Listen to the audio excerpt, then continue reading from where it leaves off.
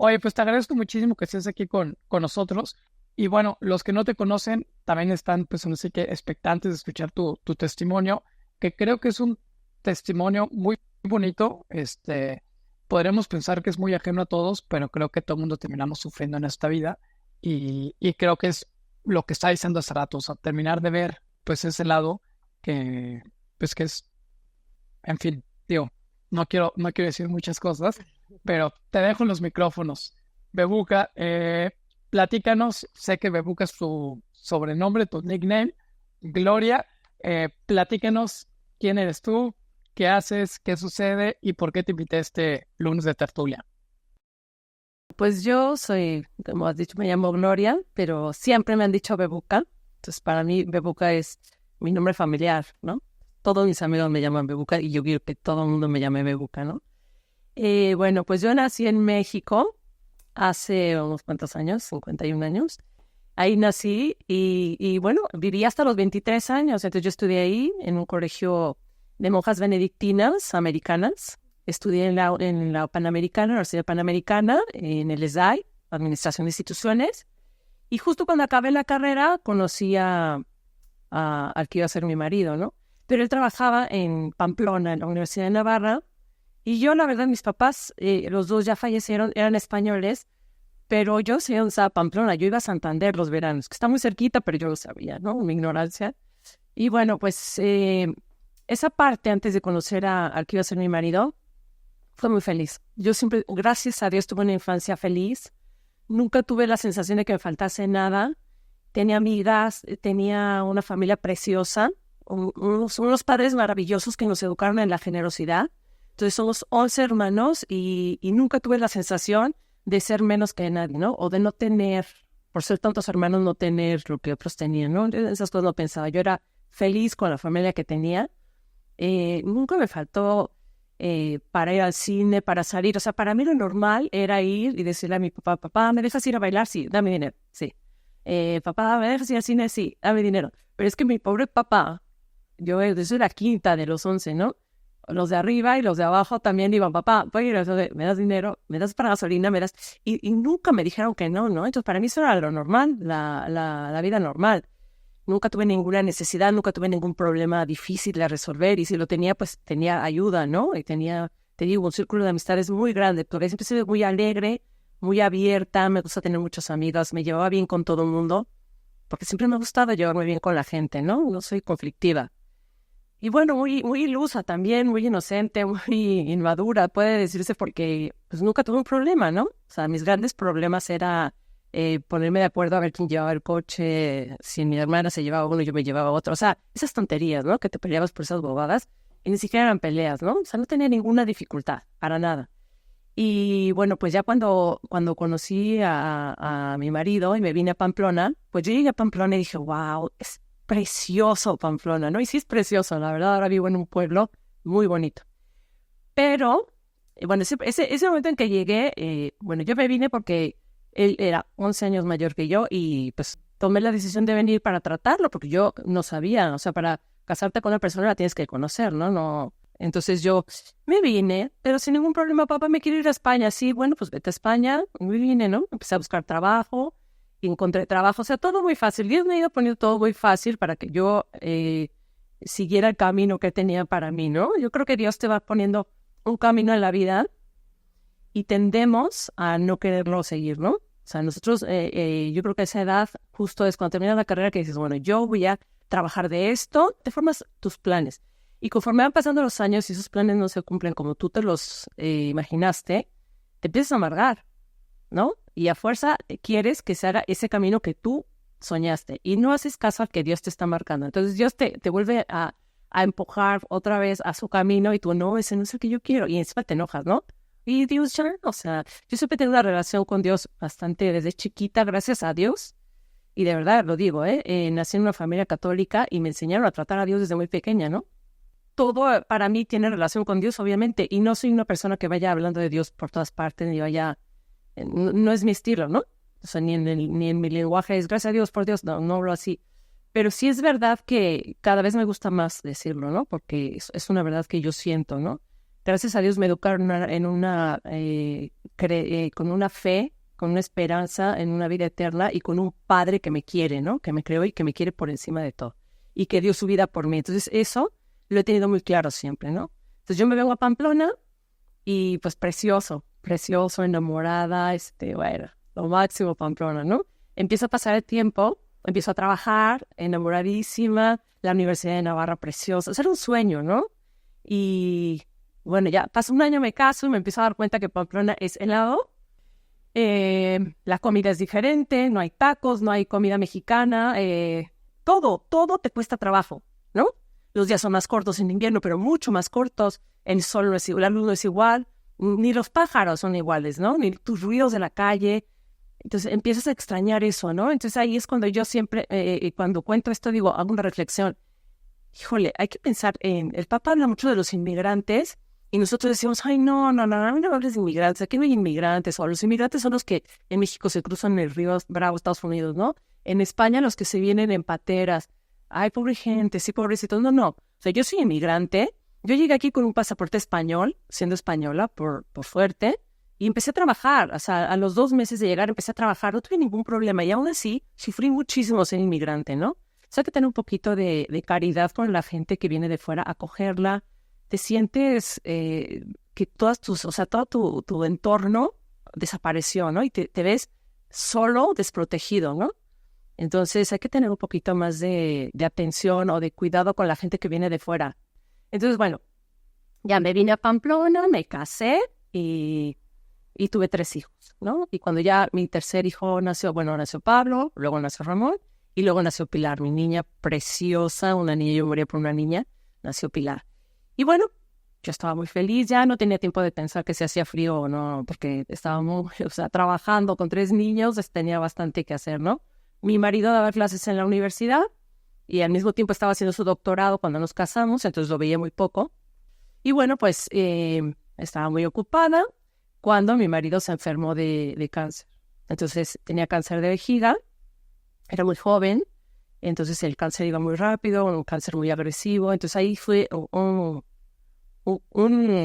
vamos a hacer un corte, ¿no? Ese era, ya acabó mi antes y empezó como el durante, ¿no? Que fue una época horrible, porque tienes que cuidar a un enfermo, estás solo. Bueno, en esa época ya tenía 2 hermanas en Pamplona, pero la realidad bajo tu techo, pues es tu marido, tus hijos y tú, ¿no? Entonces mi marido con el cáncer, pues era cáncer de vejiga, le quitaron la vejiga, le pusieron una bolsa. Entonces para mis hijos era duro, esta situación, esta nueva realidad era dura, ¿no? Y yo trataba de hacerla lo más alegre posible. Como yo había visto que en mi casa, pues es muy importante que siempre estés alegre, ¿no? Porque mi mamá tendría 1000 problemas, estaría agotada, estaría harta y siempre estaba contenta. Y llegaba Navidad y se pasaba toda la mañana cocinando para 13 que éramos y los amiguitos de los 13.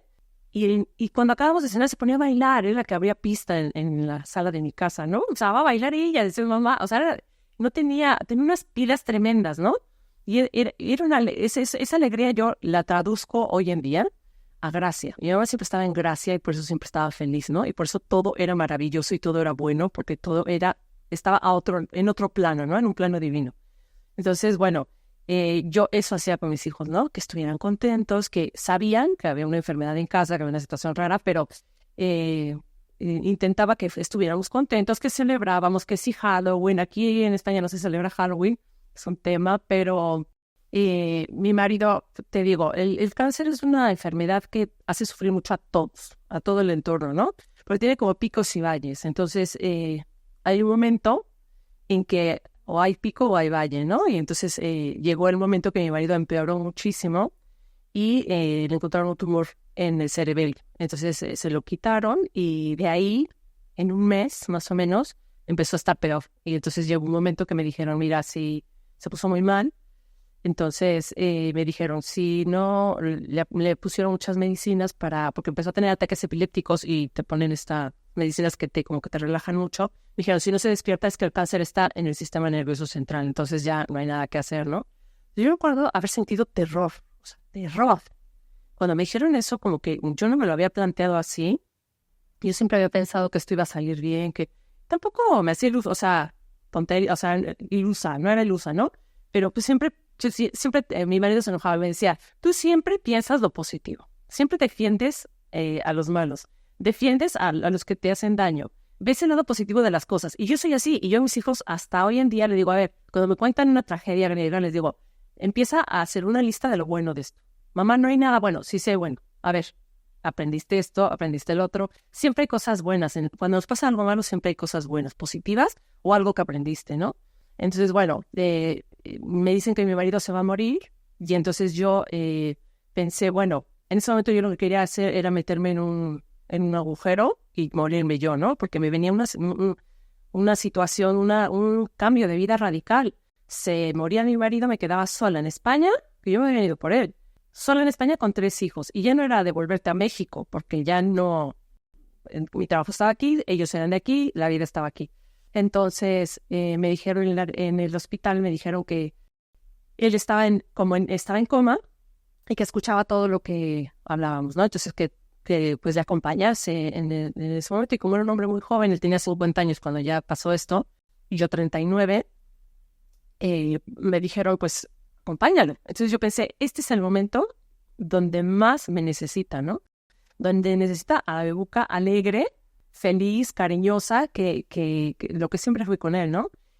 Que te quiere y que te lo va a demostrar, aunque esté rota, agotada y agobiadísima, asustadísima, porque me venía una buena a mí sola, ¿no?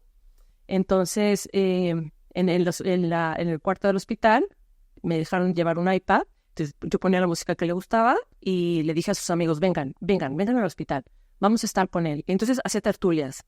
Yo no sé si me estaba odiando esa cama porque el pobre no se podía mover, pero yo creo que era lo mejor, porque cuando estás solo y sabes que te estás muriendo, qué horror estar en silencio, ¿no? O sea, nadie hable, nadie venga. No, pobrecita, no, al contrario. Vengan, acompáñenlo, ayúdenle a llevar estos días que le faltan, porque, o sea, para mí era lo más normal, estar en una tertulia en la casa como a él le gustaba, con sus compañeros de facultad, hablando de los temas de la facultad, de lo que a él le gustaba, y como si fuera lo más normal, ¿no? Entonces, así estuvimos 10 días, hasta que un día se empezó a poner así muy mal, y me dijeron las enfermeras que era, pues, el momento que ya la gente se va a morir, que como que lucha por salir adelante, ¿no? O sea, como que lucha por la vida, porque es un instinto de supervivencia, pero luego eso se va parando, ¿no? Entonces, bueno, que era el momento que ya llegaba el final. Y lo sedaron. Entonces, para que no sufrieran mucho, ¿no? Entonces, lo sedan y me dijeron, es imposible que se despierte. O sea, que antes de sedarlo me lo preguntaron. Es imposible que se despierte. No se iba a despertar antes, pero lo vas a notar más dormido, ¿no? Entonces yo dije, bueno, es que todo esto va a él. Ahora lo que importa es él, ¿no? Ahí yo hice realmente verdaderos esas promesas que hice en el altar cuando yo le dije que la salud y la enfermedad, ¿no? O sea, te vas a casar, vas al altar y haces o sea, típico, estás ensayando lo que vas a decir para que no te equivoques y la gente vaya, que vayan a decir qué vergüenza, no sé qué. No. Esas son las palabras que llegan al fondo, es un juramento que llega al fondo del alma, que une 2 personas para toda la vida, ¿no? Entonces yo le prometí que iba a estar ahí en la salud y en la enfermedad todos los días de mi vida. Y entonces ahí estaban, ¿no? Aunque ya no aguantaba ni las piernas, ni los brazos, ni la cabeza, o sea, ya no aguantaba más porque estaba agotada física y emocionalmente, pero ahí estaba, ¿no? Y con una sonrisa y cariñosa, porque era lo que necesitaba, ¿no?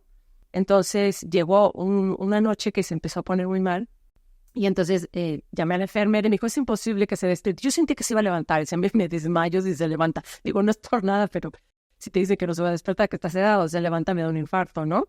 Yo tenía mucho miedo, yo nunca había visto a nadie morirse. O sea, esta vida fantástica que tuve antes de venir a España, pues no existía la muerte, no existía el dolor, no existía nada, ¿no? Ninguna dificultad. Entonces, esa noche, pues él empieza a ponerse como muy nervioso, como si tuviera una pesadilla, ¿no? A moverse en la cama, y entonces en un momento me dice, bebuca, me muero. Entonces yo sentí un ataque de terror cuando me dijo eso, ¿no? Pero le dije, pues sí, te estás muriendo. O sea, aproveché esto que te enseña. Por eso digo que gracias a Dios me educaron en la religión católica, ¿no? Porque hay que ayudar a la gente a bien morir. Entonces, ¿cuál miedo a que se vaya a asustar? O sea, ¿qué pierde que yo le diga que te estás muriendo y puede ganar mucho, ¿no? Yo le dije, pues sí, te estás muriendo, y pídele a Dios perdón por tus pecados. Pues ese último momento de arrepentimiento que ya le había llevado yo no sé cuántos sacerdotes, pero todo se me hacía poco, ¿no? Porque pues es que tu misión como esposa es llevar a tu marido al cielo, ¿no? Hacer hasta el último momento, lo imposible porque tu pareja, tu otra mitad vaya al cielo, ¿no? Entonces le dije, pues sí, te estás muriendo, pídele a Dios que te perdone tus pecados. Y a la Virgen de Guadalupe, claro, como buena mexicana, yo tenía en la cabecera pegada a una Virgen de Guadalupe que te recoja en su manto y te lleve, ¿no? Porque yo voy a estar bien, yo voy a cuidar a los niños, vete. Entonces, de repente se quedó callado. Entonces yo decía para adentro y decía, Dios mío, o sea, este diálogo que yo siempre he tenido con Dios, de tanta soledad que he tenido siempre al estar aquí en España sin mi gente, yo hablaba con Dios. Entonces yo, Dios mío, o sea, ya ahora no me va a decir nada después de todo el rollo que le acabo de echar al pobre que debe estar aterrado. Y de repente dijo, amén, amén, amén. Y entonces en ese momento yo sentí una paz. Dije, Dios mío, gracias, porque ahora sí estoy segura de que me entendió y que ya se puede morir, ¿no? Porque era una agonía, esos días, una agonía. Entonces se murió. A las 2 horas vino la enfermera y me dijo, ya está muerto. Lo enterramos. Y bueno, pues es muy duro quedarte viuda porque ahí te quedas sola. Y no es que te quedes sola físicamente, porque yo tenía 2 hermanas viviendo en Pamplona y no estaba sola. Y mis amigas estaban, bueno, mis amigas del alma, mis hermanas amigas, vinieron a verme, estuvieron conmigo. O sea, no estaba sola físicamente, es una soledad del alma, ¿no? Tu otra mitad, la vocación que Dios te dio era para estar casada y para vivir con alguien una vida completa, ¿no? Y se había ido. Entonces yo siempre, siempre siento esa soledad, ¿no? Y aunque tengo a Dios muy metido en mi vida y lo dejo que llene un poco ese vacío, pues no lo llena del todo porque no es Él, ¿no? O sea, no se puede. Es una forma que de vida que me tocó a mí y que yo la acepto pues sin problema, porque no soy la única, ¿no? O sea, hay más gente que le pasan estas cosas y no es un drama, es que hay que saberlo. Me tocó esto, pues bueno, adelante, hay que seguir, ¿no?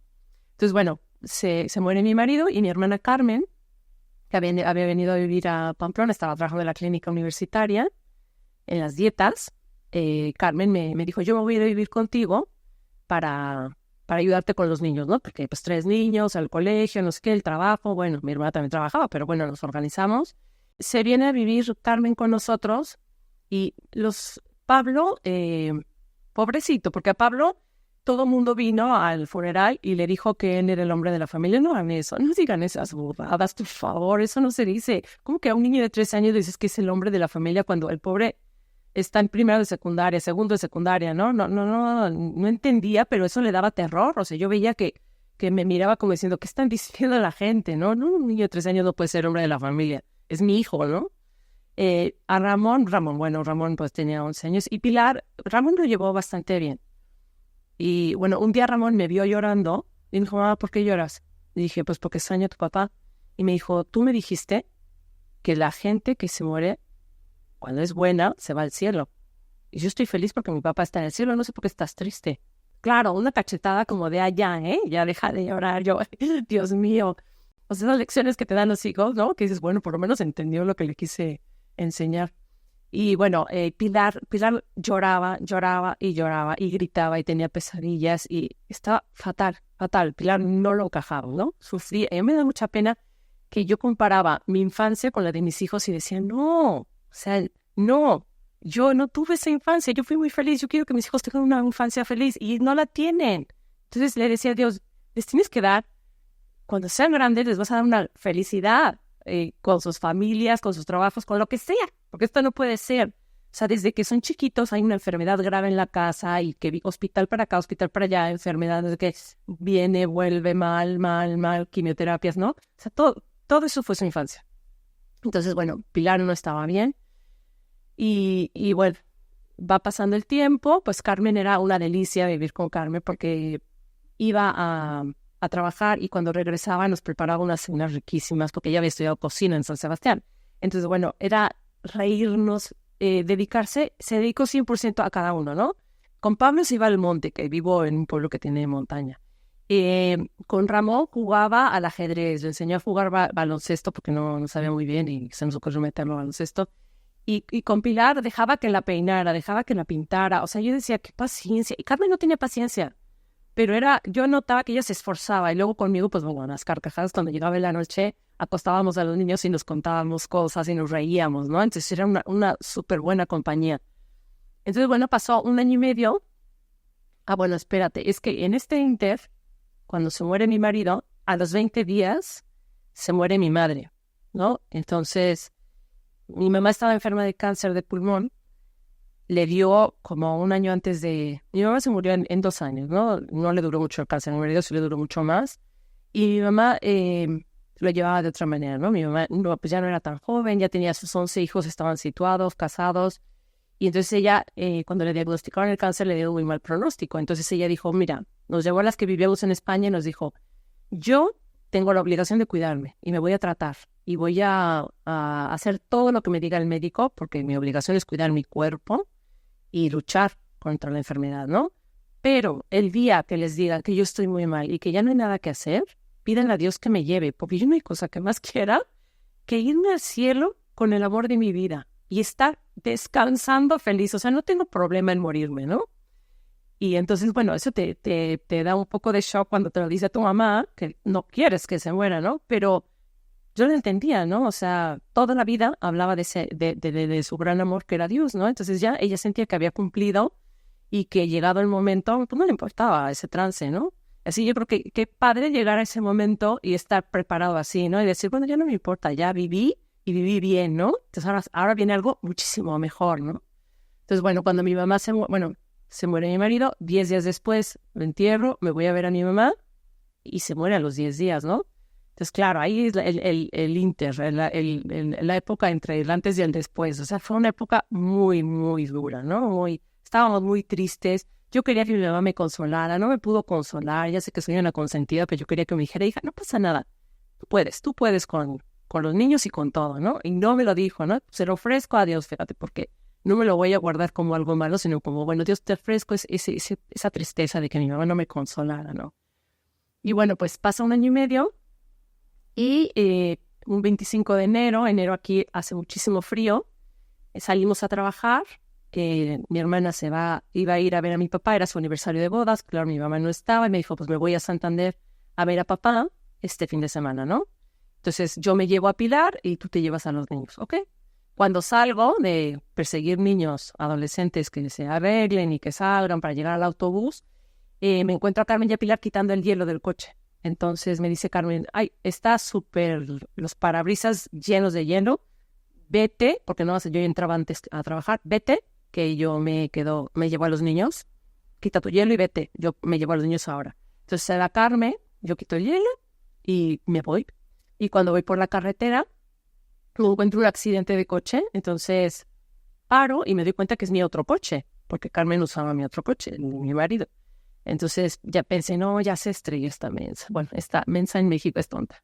Está tonta, ya se estrelló esta tonta, ¿no? Ay, bueno, me bajé, me puse mi chalequito fosforito y me bajé del coche y de repente me empecé a dar cuenta que había sido un accidente fuerte, ¿no? Y vino mi hijo Pablo estaba ahí de pie. Todo empezó a ser como una pesadilla en cámara lenta, ¿no? Entonces vino Pablo, mamá, ¿qué pasó, Pablo? No, yo no entendía muy bien. Pues yo pensé que se habían dado un golpe 2 coches. Y de repente vi a mi hija Pilar tirada en el suelo, ¿no? Yo salí corriendo y me puse de rodillas y Pilar, y la empecé porque estaba inconsciente. Entonces en el momento que la vi, yo supe que estaba muerta, ¿no? Entonces en ese momento, lo único que se me ocurrió de verdad, porque en estas cosas no se pueden decir mentiras porque es hasta raro, ¿no? En ese momento yo pensé, Dios mío, tú me la diste, yo te la devuelvo porque es tuya. Y esto no es una idea mía. Esto es una cosa que me dijo un sacerdote un día que me fui a confesar y le dije, yo quiero confiar en Dios y lo intento todos los días, pero tengo miedo. Tengo miedo porque tengo 2 hijos adolescentes que han vivido algo horrible, que es que se muera tu marido y tu abuelita en nada. Han enterrado a 2 personas. Yo a esa edad, o sea, no sabía ni lo que era enterrar. Tengo miedo que les dé por beber, por salir, y que yo no los pueda controlar porque no tienen papá, ¿no? Yo ya había visto eso antes, ¿no? En amigos de mis hermanos y así. Entonces, el sacerdote me dijo, ay, Bebuca, no te preocupes. O sea, Dios te va pidiendo las cosas, pero también te va dando gracia y te va ayudando. Entonces, tú lo que tienes que hacer es decirle a Dios, bueno, ¿y qué vamos a hacer con este hijo? ¿Y qué vamos a hacer ahora con Pablo que está adolescente? Y ponerlo en sus manos y decirle, es tu criatura, porque los hijos no son nuestros, son de Dios. Él te los presta para que se los eduques, se los críes, los saques adelante. Y luego ellos hacen su vida y tienen sus hijos y así va, así es la vida, ¿no?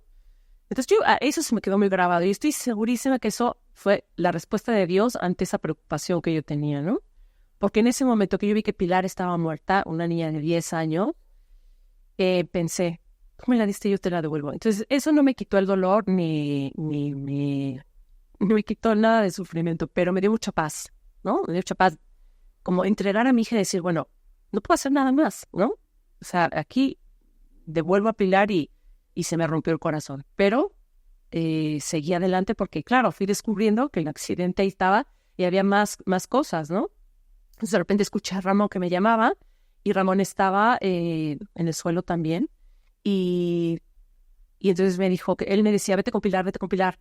Entonces luego cuando ya pude hablar con Ramón en la UCI, en cuidados intensivos, porque Ramón se tuvo una fractura de fémur expuesta y tenía el vaso que no sabía si lo iba a perder, ¿no?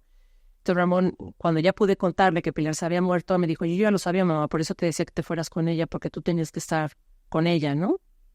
Entonces, bueno, Ramón estaba muy grave y Pablo estaba ahí de pie, ¿no?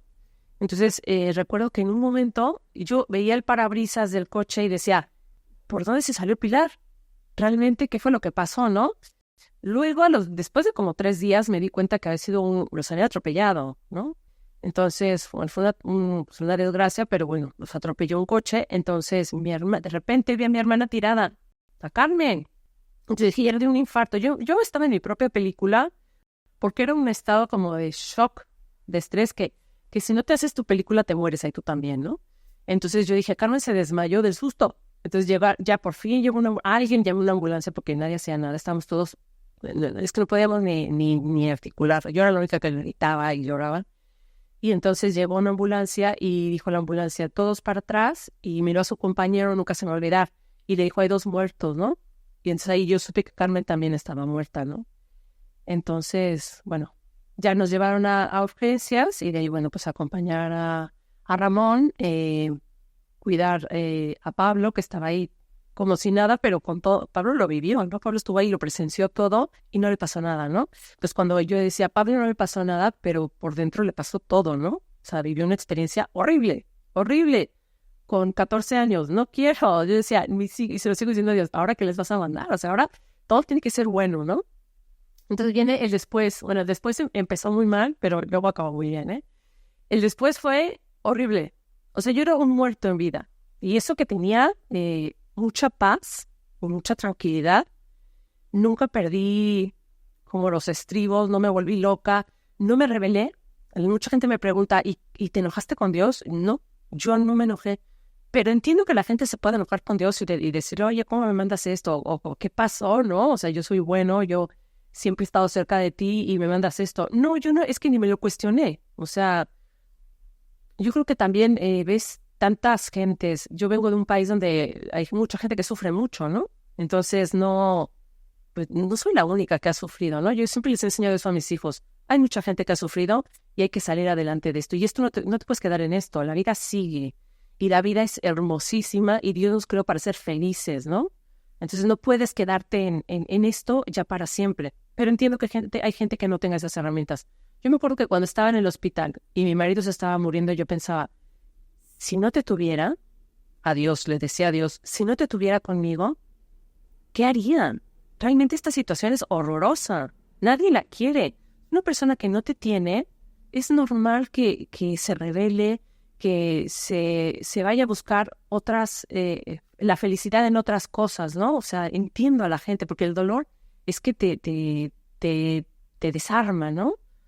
Entonces, bueno, pues yo estuve muy mal, no me podía ni levantar de la cama, ponía el despertador para levantarme, a llevar a mis hijos al autobús y ser la madre perfecta, preciosa, linda, riéndome, haciendo bromas, su desayunito. Nos íbamos al autobús y yo me regresaba a mi casa, me metía en la cama, ponía el despertador a las 5:30 de la tarde y me dormía hasta las 5:30 de la tarde. Y luego los iba a buscar al autobús y era la madre perfecta otra vez, ¿no? Entonces, la tarea, la merienda, la cena, películas no podíamos ver, no éramos capaces de ver una película, es que estábamos bloqueados completamente, ¿no? Veíamos un documental y a la cama. Y al día siguiente lo mismo. Y así iba yo. Claro que desde el primer momento empecé a ir al psicólogo, al psiquiatra, a todo lo que fuera necesario para estar bien. Porque yo sabía que tenía 2 hijos que dependían de mí. Y lo que siempre había deseado, y siempre le he dicho, y le sigo diciendo, mis hijos tienen que ser felices, dependían de mí, de nadie más, ¿no?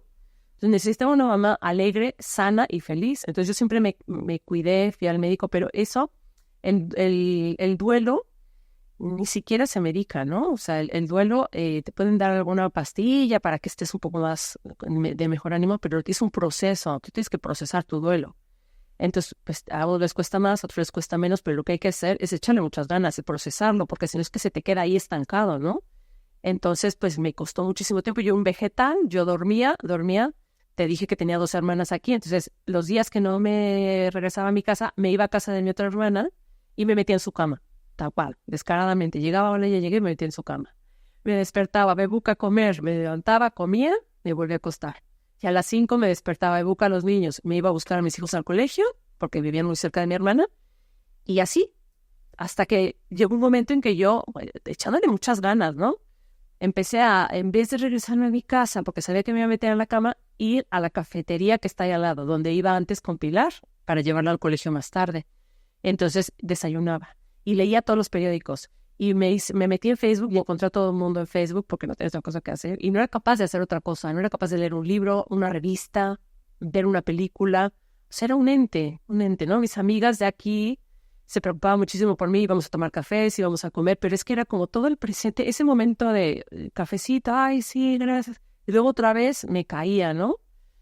Entonces, bueno, a base de pues cada día un poquito, y de decirle a Dios, tú me tienes que ayudar a salir de esto porque estos niños me necesitan bien, ¿no? Y yo tengo que estar bien para ellos porque ellos tienen su vida por delante. Y yo también, es que yo tenía 39, 40 años, ¿no? No me iba a quedar ahí. Es que además uno no se muere cuando quiere, porque si dices, bueno, pues ahora me muero y te mueres, pues ya no sufres más. No, o sea, yo tengo una vida por delante y no me quiero morir joven. Entonces, pues tenía que echarle ganas y trabajar para salir de ese sufrimiento poco a poco, ¿no? Y rellenarlo con amor de Dios y amor a los demás. Eso a mí me dio un ataque de amor por la gente, ¿no? Entonces, porque cuando sufres te das cuenta que la gente también sufre y te identificas en el dolor y dices, pobre, es que no sabes lo que vivió. No justificas las malas acciones porque no, también tenemos libertad y podemos decidir, pero entiendes lo que es el sufrimiento, ¿no? Y todos sufrimos. No tienes que sufrir lo que yo sufrí, que es mucho, me tocó bastante. No lo tienes que sufrir así, pero te va a tocar algo. O ya te tocó, ¿no? De niño, no sé, un papá o una mamá que no estaban equilibrados, o muchas situaciones, ¿no? Entonces, yo creo que ahí es donde nos unimos y nos identificamos. Entonces, a mí me nació un amor desmedido por la gente, ¿no? Entonces yo soy una cursi ahora porque yo quiero querer a la gente. Quiero querer a todo el mundo. Y digo, pobre. Lo que antes yo decía, ay, no, un pobre borracho. No, ahora digo, pobre. ¿Qué habrá pasado en su vida? ¿Cuánto habrá sufrido? ¿Cuánto sufrí? ¿Cuánto habrá sufrir? ¿No? Entonces creo que esa forma de ver la vida me ayuda muchísimo a querer a la gente porque además mi mamá siempre nos dijo una cosa que a mí me daba coraje cuando la decía, me daba muchísimo coraje. Pero ahora voy diciendo, porque eso nos pasa cuando vamos creciendo, repetimos lo que decían nuestros papás. Y entonces ahora yo digo, mi mamá siempre decía, no, cuando alguien te caiga mal, tú tienes que ver la cara de Cristo en ella, ¿no? Y pensar, Dios derramó toda su sangre por ella. Entonces yo tengo esa es mi premisa mayor, ¿no? Dios derramó toda su sangre por ella. Entonces luego hay gente que la veo y digo, híjole Dios, o sea, ¿en serio? ¿Derramaste toda tu sangre por este? Bueno, no te lo voy a discutir porque no podemos, pero bueno, si esta persona vale toda tu sangre como yo, la quiero y la quiero querer. Y me resulta porque ya nadie me cae mal. Entonces cuando alguien me está cayendo gordo, digo, toda la sangre de Cristo vale igual que yo, no soy más que nadie, que el más villano, el más vil, el más malvado, no soy más que él, porque él también vale toda la sangre de Dios. Entonces no me queda otra más que quererlo.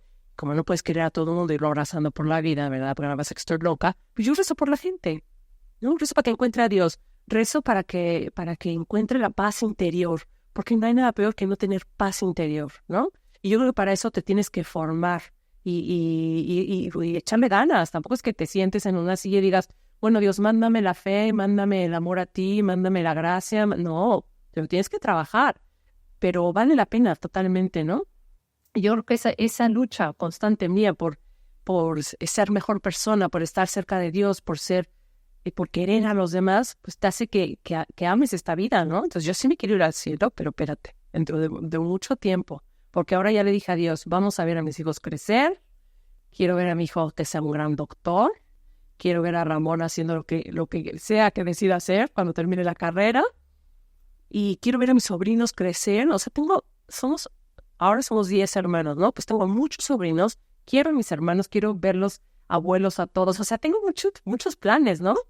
Y sí, estoy sola, o sea, tengo esa soledad que te decía hace rato, sí me siento sola, y eso nunca se me va a quitar. Entonces, en vez de lamentarme, pues digo, bueno, ya llegará otro momento en que estaré llena de muchas cosas más, ¿no? No es un obstáculo ni es una cosa que me quite la alegría, ¿no? Yo soy feliz, quiero ser feliz y estoy segura de que Dios nos hizo para ser felices en esta tierra tan preciosa que nos dio, ¿no? Y que se es feliz en la tierra y luego se es feliz en el cielo, porque no puede ser que esto se acabe aquí. Es una broma de pésimo gusto que se acabe aquí. O sea, esto sigue, claro que sigue, y se ve, porque es tan maravillosa la vida, que después de la vida tiene que haber algo mucho mejor. Por lo menos eso es lo que yo pienso. Y ya, esa es mi historia. Oye, ya lo había escuchado y se me siguió haciendo chinita la piel, como decimos en México. Oye, Bebuka, a ver, ahorita ponían un comentario, dice, su testimonio es realmente hermoso, es la segunda vez que lo veo, la primera vez fue un regalo de Dios para mí, porque estaba pasando por un estrés postraumático muy fuerte y su testimonio me dio fuerza y me llenó de mucha esperanza. Aunque ya lo dijiste, digo, qué bonito que nos comparta esto y creo que es totalmente cierto, ¿no? O sea, el verte fuerte, querer salir adelante por tus hijos, quererte verte feliz, o sea, tener como el ejemplo también de tu madre y sobre todo tener 40 años y si te vas por la esperanza de vida y decir, bueno, me queda la mitad de vida, ¿no? O sea, entonces, el querer seguir adelante, pero a ver, tú cómo, digo, sé que cada persona es muy distinto y cada persona es una historia muy distinta, pero ¿qué dirías a alguna persona que, o sea, cómo pudiera afrontar la muerte de su marido, una mujer de 40 años? O sea, ¿qué es lo que tú le dirías? Bueno, sí, vamos a imaginarnos que esa es mi situación, ¿no? Entonces, nunca me quedo o sea, en lo que está pasando. Pienso lo que sigue, ¿no? ¿Y ahora qué hacemos? Entonces, es una frase que yo siempre le digo a Dios. ¿Y ahora qué hacemos? O sea, pero en serio que mirándolo y diciéndole, ¿ahora qué hacemos? Porque yo sola no puedo, ¿no? Entonces, ¿qué le digo a una mujer que se queda sola? Ya te quedaste sola, o sea, eso no va a cambiar. Entonces, ¿qué vas a hacer? O te hundes y te deprimes y ya tu vida no tiene sentido, o sigues adelante y sacas a esos hijos adelante y no permites por nada en el mundo que sean unos infelices, porque depende 100% de ti. O sea, la gente puede ser muy amable con ellos, pero ellos siempre te miran a ti. Siempre que hay una situación, un problema, te voltean a ver a ti. ¿Qué reacción tienes? Y si tu cara no es buena, ellos ya se agobian, ¿no? Y el sufrimiento de los niños son tan inocentes que cuando son felices, son súper felices. Y cuando sufren muchísimo, ¿no? O sea, para ellos, yo recuerdo la primera vez que tuve la noción de la muerte, tendría 9 o 10 años, y me acuerdo que nos fuimos a dormimos en un cuarto con 2 literas, ¿no? Entonces yo estaba llorando, porque empecé a pensar, si hay muerte, se pueden morir mis papás. Y si se mueren mis papás, me empezó a dar muchísimo miedo. Y entonces empecé a llorar. Y mi hermana Belén me escuchó y me dijo, Bebuka, ¿estás llorando? Le dije, sí, ¿por qué? ¿Por qué pensé esto? Y me dijo, ven, acuéstate conmigo. Ya me subí a su cama, nos acostamos y nos dormimos, ¿no? Y ya se me pasó. Pero los niños sufren mucho, entonces tú no puedes dejar que su mundo se caiga, es que de verdad se cae. Yo tenía las herramientas, porque ya tenía 40 años, y una vida vivida, y tenía las herramientas para salir adelante, pero ellos no. No se vale que tú te dejes y tus hijos, que son tu vida. Es que es tan bonito ver crecer a tus hijos contentos, aunque hayan sufrido tanto, y enseñarles que el sufrimiento es parte de la vida y que puede volver. Porque yo no les digo a mis hijos, bueno, ya sufrieron, aquí se acabó y nunca más van a volver a sufrir, ¿eh? Verán que la vida va a ser... No, esa no es la verdad. O sea, hay que ser muy claros, ¿no? Como yo fui clara con ellos, tu papá tiene cáncer, tu papá está enfermo. Y cuando ya se iba a morir, le dije a Pablo, que un psicólogo me dijo, a Pablo dile la verdad, Pablo, papá se está muriendo, ¿te quieres quedar aquí o no quieres quedarte aquí en el hospital? Pues me quiero quedar. Él decidió, ¿no? O sea, no son tontos, los niños se dan cuenta de todo, ¿no? Y a los chiquitos pues los llevaba a verlo y poco a poco para que fueran dándose cuenta que había algo raro. Y cuando se murió les tuve que decir, papá se murió. Y es más, les dije, papá se murió y está en un ataúd. ¿Lo quieren ver o no? ¿No? ¿Y por qué dije esa burrada? Porque era la verdad. Y si no, si les pintaba una cosa, ay, papá ya se fue al cielo y está feliz con los angelitos y ahora vamos a verlo. Y lo ven en una caja y se mueren del susto. Entonces yo los preparé y yo los acompañé. O sea, yo creo que tienes que ser fuerte y tienes que de verdad ponerte en manos de Dios y decirle, bueno, tú me pusiste esta situación, me quedé sola con 3 niños en el quinto pepino, lejos de México y de todo. Pues ahora, ¿qué vas a hacer tú por mí, no? Y confiar en que Él va a suplir, ¿no? Y que te va a ayudar y que te va, de alguna manera tú siempre te vas a sentir cuidada y protegida. Y yo creo que es que tienes que tener vida interior, tenemos cuerpo y alma, tiene que haber algo dentro y el alma tiene que comer y el alma tiene que estar fuerte como el cuerpo. Entonces, si no cuidas tu alma, ¿cómo quieres soportar las situaciones difíciles con el cuerpo? El cuerpo a mí me abandonó vilmente, es un traidor, ¿no? Y ahora que estoy cumpliendo años, se está convirtiendo en un cuerpo que no reconozco de vieja. Y digo, traidor. En cambio, mi alma tiene 20 años. Mi alma es joven, mi alma es feliz, mi alma tiene esperanza siempre y ganas de hacer cosas, ¿no? Entonces yo creo que lo que tienes que cuidar, más que el cuerpo, que bueno, que cuidar la salud, es el alma, ¿no? El alma tiene que estar siempre bien. Y la receta es muy fácil. Dios. Se murió tu papá, digo, se muere tu esposo, se muere tu madre. Al poco tiempo atropella una amiga, una conocida tuya, a tu hermana, mata a tu hija, manda a tu hijo al hospital. ¿Cómo logras aceptar y llamar la voluntad de Dios después de tanta tragedia? Pues ni lo pensé. La verdad es que van pasando las cosas y no es que te plantees, ¿por qué me haces esto? Sí, nunca le he dicho a Dios eso. Y te digo que entiendo que la gente se le enfrente a Dios y diga, oye, Padre, ¿tú me hiciste esto a mí? O sea, yo creo que Dios permite que pasen las cosas porque siempre va a haber algo mejor de esto, ¿no? Entonces yo ahora, de 10, 11 años después del accidente, estoy viendo unos frutos que sé que Pilar está orgullosa de todo lo que se consigue cuando yo voy contando cómo murió ella, ¿no? Porque mucha gente me escribe cosas tan bonitas como lo que acabas de leer. Hay gente que me ha dicho que ha encontrado el sentido de su vida, que se ha convertido, que en especial me pasó que me invitaron a una parroquia, que bueno, me dio muchísimo coraje que me pidieran que fuera a la parroquia a hablar, porque me dijeron que eran para los catequistas y a la hora era la homilía. Y encima era la misa de 11 y la de 12, ¿no? Entonces yo, cardíaca, bueno, ahí dando mi testimonio en la homilía, que no sabía ni a quién era, me sentía desprotegida, ¿no? Porque eran los feligreses de esa parroquia. Y no, fui rápida. Y estaba ahí vi a una persona conocida en una de las misas y dije, hijo, qué vergüenza, ¿no? Me dio vergüenza, soy tonta, pero me dio vergüenza. Dije, ay, no, seguro me va a corregir que algo dije mal o me salí de un poco exagerado, no sé. Y a la semana me llamó y me dijo, ¿viste una señora que estaba llorando? Le dije, sí, la vi. Y me dijo, pues es mi vecina. Y me dijo que te dieran las gracias porque ella tenía un hijo con una enfermedad grave que de hecho todos que se separara, que bueno, que estuviera ella sola cuidando al hijo y no veía el sentido y estaba amargada, ¿no? Amargada de la vida que le había tocado. Mi hijo de repente se enferma, está postrado en una cama y yo lo tengo que cuidar. Y entonces que en ese momento cuando yo dije que los hijos son de Dios, ella se dio cuenta que su misión en la vida era cuidar a esa criatura de Dios, ¿no? Entonces salió disparada acabando la misa a ver a ese hijo y sonreírle. Ese momento que lo vio, lo sonrió y se sintió feliz. Bueno, eso a mí ya valió la pena, ¿no? Esa vez y todas las que lo cuento valió la pena porque dices, qué bueno que te pude ayudar con mi experiencia, cómo yo le hice, ¿no? O sea, cómo yo he luchado. Hay días que o sea, yo todos los días tengo una herida que se vuelve a abrir, ¿no? Todos los días extraño a mi hija. Mis papás lo tengo asumido de otra manera porque eran gente mayor y la vida es así, ¿no? Pero una niña de 10 años, mi hermana de 35 años, o sea, no lo superas, ¿no? O sea, de hecho, yo siempre digo, cuando lo de Pilar, y mis hermanos siempre dicen, cuando lo de Carmen y Pilar, ¿no? Cada uno tiene sus jerarquías. Para mí fue el día que se murió mi hija y mi hermana, ¿no? Entonces, es una herida que se vuelve a abrir todos los días. Entonces, yo lo que hago es decir, bueno, hoy vi una niña rubia corriendo y me acordé de Pilar. Hoy vi una chica de 21 años, porque es los que tendría Pilar, y me imaginé cómo sería Pilar y qué estudiaría Pilar y por qué no está conmigo robándome mis pinturas y robándome mi ropa como todas mis amigas, sus hijas, ¿no?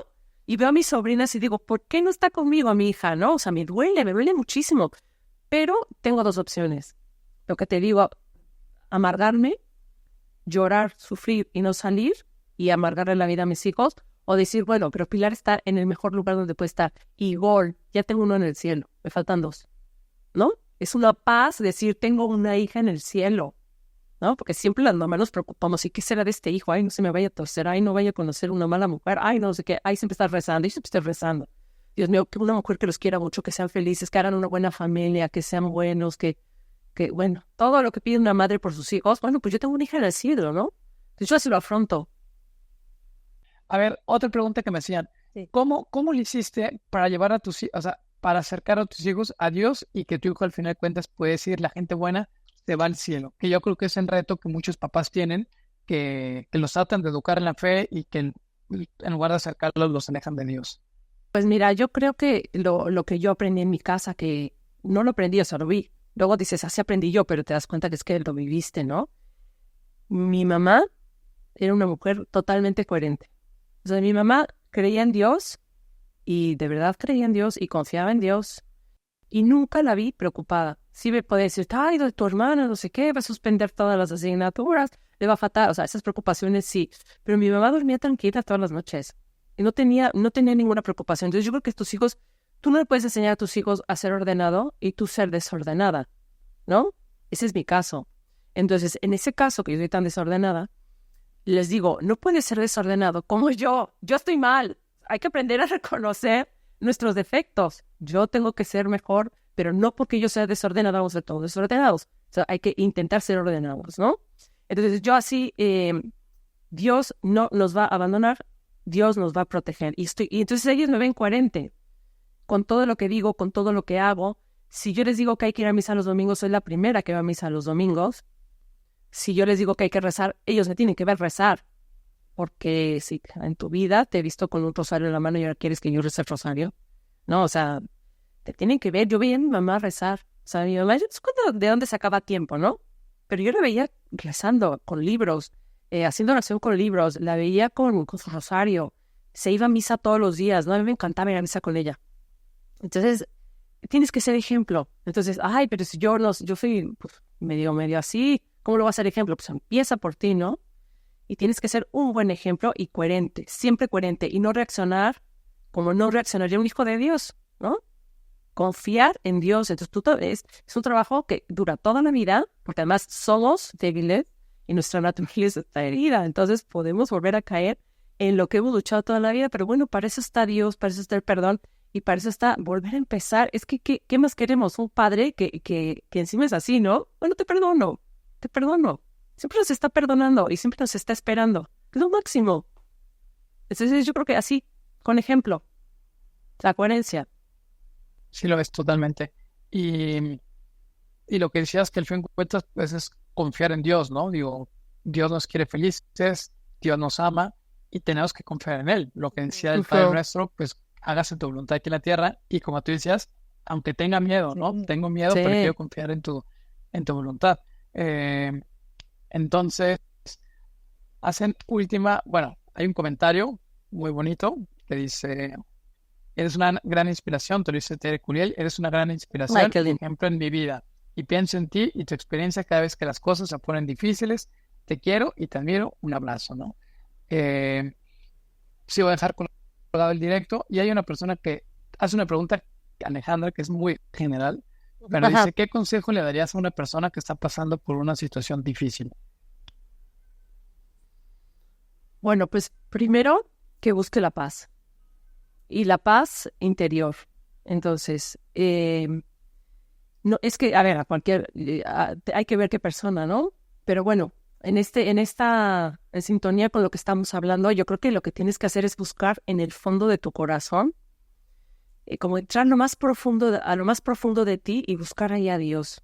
Entonces, no es que yo no tengo esa fe, perdóname, pero me estás hablando porque tú tienes fe, ¿no? Pero yo no tengo fe, pues pídela. La fe es un don, hay que pedirla. Dame fe, estoy sufriendo, dame fe. Quiéreme, Dios, demuéstrame que me quieres, ¿no? Reta a Dios, quiéreme. ¿Por qué no te veo? O sea, los santos, si leyéramos un poquito más todos, hay santos que se han enfrentado a Santa Teresa de Ávila, era tremenda.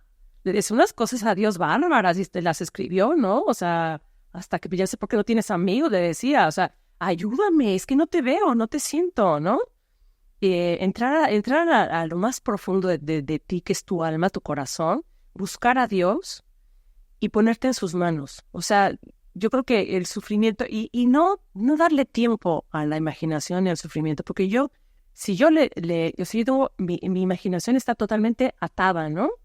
Si yo me empiezo a acordar del día del accidente y tengo todo fresquísimo, es que yo llegué ahí, yo lo vi, pero yo eso no lo hago nunca, lo evito. Entonces también hay que saber cortar pensamientos, ¿no? No entrar en esos bucles de mi tragedia y pobrecita de mí porque a mí me pasó esto. Ya pasó, no les des más vueltas, te hace más daño, ¿no? Como pasarte una lija por la mano, a ver hasta cuánto haces una herida, ¿no? No hagas eso. O sea, mira hacia adelante, fíjate unos objetivos y di, tengo que salir adelante, tengo que seguir esta vida. Entonces, elige cómo la quieres vivir. ¿Quieres ser feliz? Ten algo por dentro. Es que no estamos huecos, no tenemos, o sea, sí tenemos órganos, pero más adentro está el alma. Y el alma está gritando. Cuando estamos tristes está gritando. Te está diciendo, por favor, haz algo, ¿no? Aliméntame. Lléname de cosas, de cosas buenas, de cosas. Tú vas a ser feliz cuanto más me alimentes. Busca a Dios, busca estar en gracia. O sea, cuando uno está feliz, es que está en gracia. ¿Qué es estar en gracia? Pues no tener pecados. Que es tan bueno Dios, que aparte de que nos quiere muchísimo, nos perdona lo que hagamos. O sea, es que ¿qué más queremos, no? Busca ese perdón, busca esa gracia, busca comulgar, estar en gracia con Dios, recibir a Dios, gracia, gracia, gracia. Y eso de repente ves la vida de otra manera y dices, todo tiene sentido, todo es fácil, todo se puede. Pero claro, tienes que trabajarlo, o sea, hay que hacerlo. Es como cuando te rompes una mano y tienes que hacer fisioterapia, ¿no? Pues duele y cuesta mucho y al principio dices, no lo puedo mover, pero de repente un día estás jugando béisbol. O sea, que sí se puede. Bueno, la verdad es que muchos comentarios, un testimonio, pues ahora sí que, no sé si llamarle de conversión, así lo titulé, pero creo que sí. Sí. Yo creo que es una conversión personal y una conversión que ayuda para muchas personas. Y bueno, tampoco hay que hacer esto más largo, voy a dejarlo colgado, pero me gustaría terminar con esa parte que decías al final. Digo, que al fin de cuentas Dios es un Dios misericordioso, es un Padre que nos quiere, que nos ama, y creo que podemos estar seguros de eso, o sea, de que Dios nos ama a cada uno de nosotros, que Dios nos quiere cerca, y bueno, Sí. digo, habrá que buscar cada uno de nosotros cómo hacerle para estar cerca de Dios, estar en gracia. Claro. Si no tenemos fe, pedirle la fe. Si tenemos Sí. fe, pero nos faltan fuerzas, bueno, pues pedirle las fuerzas a Dios, ¿no? O sea, yo creo que al final de cuentas, pues lo que Dios quiere es que estemos cerca de Él. Entonces, pues creo que pues, platicar con Él, y aunque nos pase una tragedia y se nos muera en un lapso que ya no saqué cuentas de cuánto tiempo fue, pues se te muere tu esposo, tu mamá, tu hermana, tu hija, el otro niño en el hospital. Entonces creo que, o sea, por más trágico que pueda ser, bueno, ver la voluntad de Dios y ver que a pesar de todo eso, que Dios nos sigue queriendo, y tú lo dijiste, no, o sea, el después, pues es maravilloso, ¿no? Y ver a tus hijos crecer, y yo creo que ahí está la alegría que al fin cuentas, pues que a lo mejor no la viste en su momento, pero pues ahorita estás viendo esa alegría y pues ese gozo, pues de haber formado y haber vivido todo lo que vivieron tus hijos. Pues creo que son unos hijos maravillosos. Uno está estudiando para ser doctor. Bueno, no, ya terminó ya está haciendo sus prácticas en Houston. Entonces creo que pues ahí están las pruebas de que Dios nos termina bendiciendo de una o de otra manera. Entonces, Bebu, pues yo te agradezco muchísimo que hayas estado con nosotros. Había suspendido estos lunes de tertulia, no sé por qué, pero ya lo reactivé y realmente fue una invitada espectacular. Muchísimos comentarios, mucha gente. Yo creo que ha sido el live donde más gente se ha conectado. Entonces, pues te agradezco muchísimo que hayas compartido con nosotros este testimonio. Y pues bueno, seguiremos en contacto. Y no sé si quieres decir algo más. Bueno, pues yo nomás les quiero decir una cosa. Cuando encuentres, porque todo lo vamos a encontrar en la vida, cuando encuentres una cruz, que es tu cruz, lo que a ti te toca llevar, todos tenemos sufrimiento, tienes que aprender a querer esa cruz y abrazarla y aceptarla. Y en ese momento ya no te va a pesar, porque Dios te va a ayudar a llevar. Entonces, sea lo que sea tu cruz, aprende a quererla y aceptarla, porque de esa manera la vas a poner en la espalda, ya no va a estar delante, va a estar atrás y ya no te va a pesar tanto. Y lo digo porque lo he vivido y ya está. Pues muy bien, pues Bebo, muchísimas gracias y gracias a todos los que estuvieron conectados, comentando y todo, y voy a dejar esto colgado para que más personas lo puedan ver y puedan ver tu testimonio y pues bueno, nos vemos la próxima. Muchas gracias. Bien, gracias. Adiós.